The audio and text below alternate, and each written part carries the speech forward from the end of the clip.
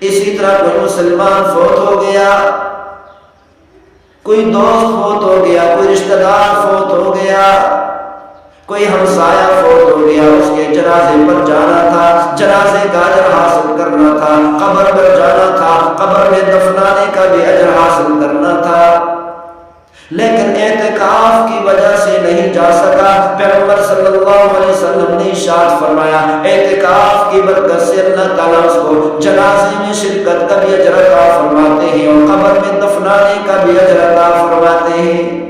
اللہ تعالیٰ نے وہ نیکیاں عطا کر دی، وہ اجر اور وہ ثواب عطا کر دیے جو اس نے کیے بھی نہیں۔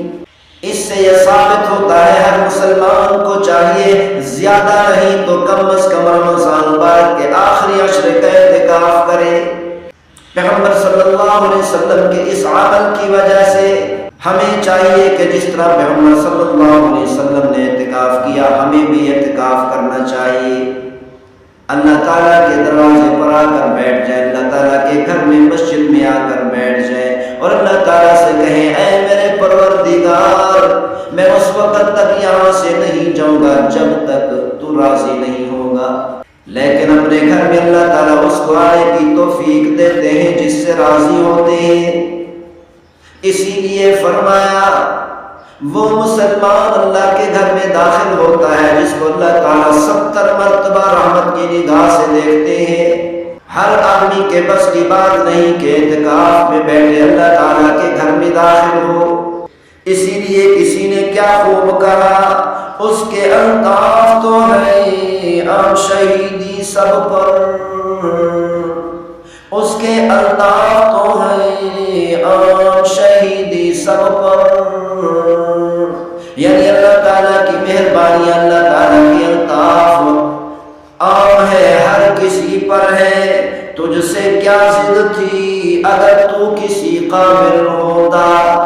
اللہ تعالیٰ کی مہربانیاں ہر مسلمان پر ہوتی ہیں، ہر انسان پر ہوتی ہیں، لیکن اللہ تعالیٰ کے گھر میں وہ آتا ہے جس کو اللہ تعالیٰ پسند فرماتے ہیں۔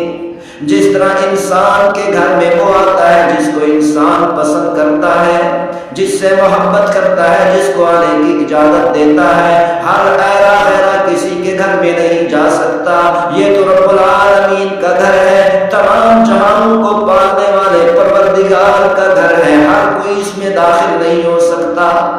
اسی لیے ہر مسلمان کو چاہیے کہ یا اللہ ہمیں بھی اعتکاف بیٹھنے کی توفیق عطا فرما۔ ہر مسلمان کو چاہیے یہ دعائیں کرتا رہے، اب توفیق مانگتا رہے تو انشاءاللہ اللہ تعالیٰ ضرور توفیق عطا فرمائیں گے۔ ابن ماجہ کی روایت ہے عن ابن عباس رضی اللہ عنہما ان رسول اللہ صلی اللہ علیہ وسلم قال فی المعتکف۔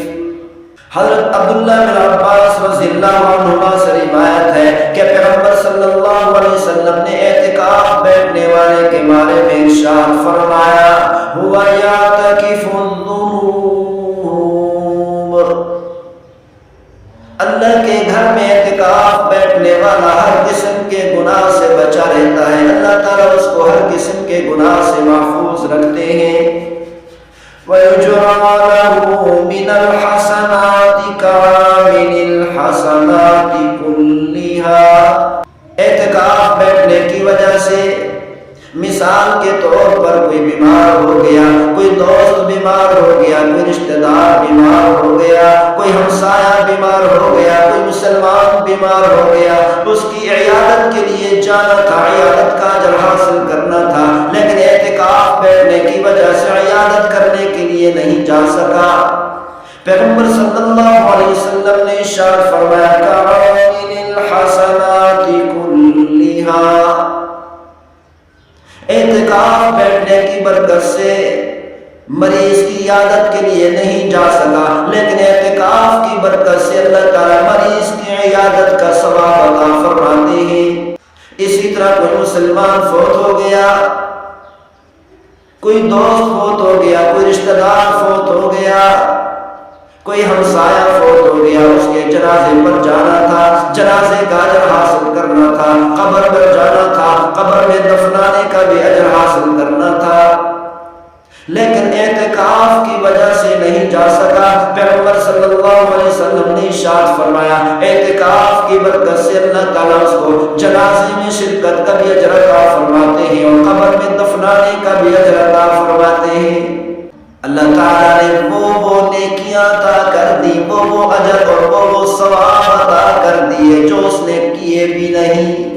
اسی لیے کسی نے کیا خوب کہا، ہر مسلمان کو چاہیے اللہ کے دروازے پہ جا کر، مسجد میں جا کر، اللہ کے گھر میں جا کر یہ عرض کرے اے میرے پروردگار میں اس وقت تک یہاں سے نہیں جاؤں گا جب تک تو مجھ سے راضی نہیں ہوگا، جب تک میرے تمام کے تمام گناہوں کو معاف نہیں کرے گا۔ نکل جائے دم تیرے قدموں کے نیچے، نکل جائے دم تیرے قدموں کے نیچے، یہی دل کی حسرت یہی آرزو ہے۔ بس اسی نیت سے اللہ کے گھر میں اعتکاف کے لیے بیٹھ جائے کہ میرا دل چاہتا ہے کہ میری روح بھی تیرے در پر، تیرے قدموں پر پرواز ہو جائے۔ اللہ تعالیٰ ہم سب کو عمل کرنے کی توفیق نصیب فرمائے۔